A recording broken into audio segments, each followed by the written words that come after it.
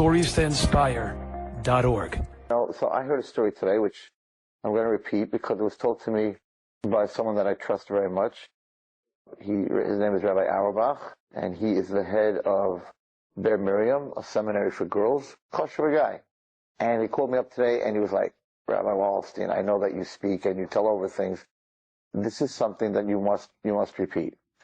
So here, it's not coming from some kid or someone that might have made this up. So he says his daughter, Rabbi Auerbach's daughter, works in an office, and one of the women in the office came into the office yesterday or the day before, Mamish, like shaken up. And they said, well, you look like something. What happened? So she said, my brother is in the Golani Brigade, and he's in right now in Gaza, and his unit's job is to go into the tunnels and get these guys out. I mean, that's like the hardest job that there is. So the girl says that her brother, there was a unit of 25 these Golani guys, Golani Brigade, and they had to go into this house that had a tunnel in the house, and that's where the opening to the tunnel was.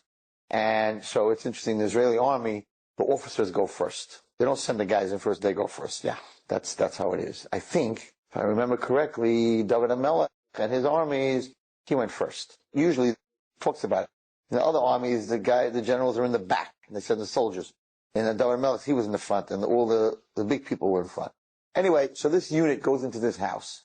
And so there's 25 guys, so like 6 guys go in with the lieutenant, or whatever he was, colonel, go in, and the other guys surround the house to make sure that the house is protected while they go into the tunnel.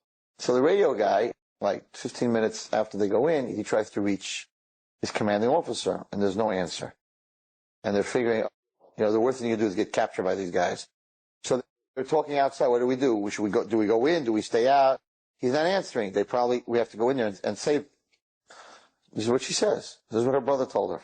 So her brother and the rest of the chevra, they leave like 4 or 5 guys outside, and they go inside. They figure they're going to have a firefight. They're going to have to save their commanding officer. They walk in, and standing at the entrance of this hole this cave, is a rabbi with a long beard, a long frock, like a black, he even explains what it looks like a Hamburg, one of those Rosh Hashiva hats, standing there. I guess the sergeant, whatever, he says, what are you doing in Gaza? Like, what are you doing in this house? What are you doing in this house? And this is what he says. And Rabbi Auerbach doesn't tell stories. These are choshev people. He says, so this man who looked like this tzaddik, listen, said to them, you must get out of the house now, or else in Ivrit be'Ivrit. If you don't get out of the house now, there will be many widows, almanot, and many widows and orphans. You have to leave now. So the sergeant says, we cannot leave now. We have to go into the tunnel to find out where our boys are, where they are. And he said, no, you're not going into the tunnel. You have to leave the house now. And this soldier says, you don't understand. It's our commanding officer. We're not leaving without him. And this man's blocking the doorway to this rabbi's blocking the doorway to this tunnel. And he says, I'm really sorry, Rabbi, but I got to get you out of the way. And he puts his hands to pull the rabbi out of the way, and his hands go right through him. There's nothing there. And all the guys are standing there, and they're like, right, you can't believe such a thing. All the guys are standing there, and they're like, what are we watching over here? Who is this? What is this? What? I just told me the story. He called me today to tell me the story. So, wait, not finished. So, these guys are like in total shock. The commanding officer now is coming out of the tunnel. I guess for some reason the radios didn't work that deep, whatever it was. He's coming out of the tunnel, and this guy is still standing there. And the commander says, he's a commander. He says, why is there a rabbi in here? What's going on over here? And he tries to push him out of the way, and he just walks right through him. And the 6 guys walk right through this thing that's talking to them. And he turns around to all of them, he says, I'm begging you, you must leave the house now.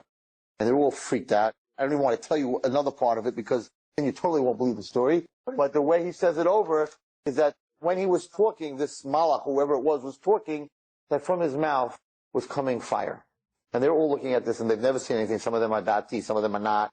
They're totally freaking out. And he's like, get out now. And they all run out. He said they were mamish 20 steps out of the house, and the thing blew sky high.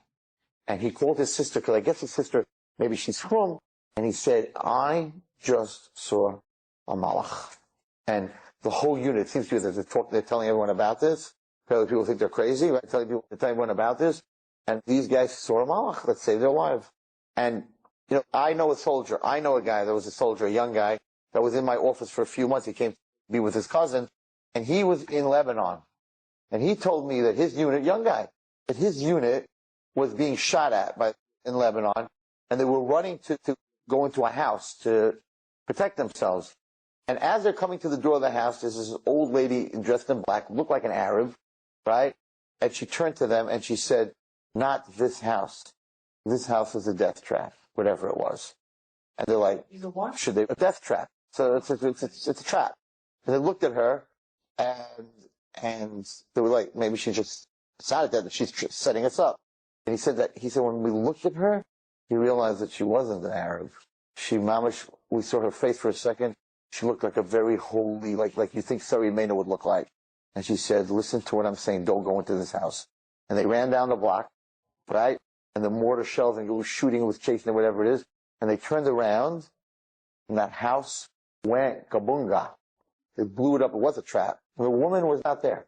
They said they turned around, she was not there.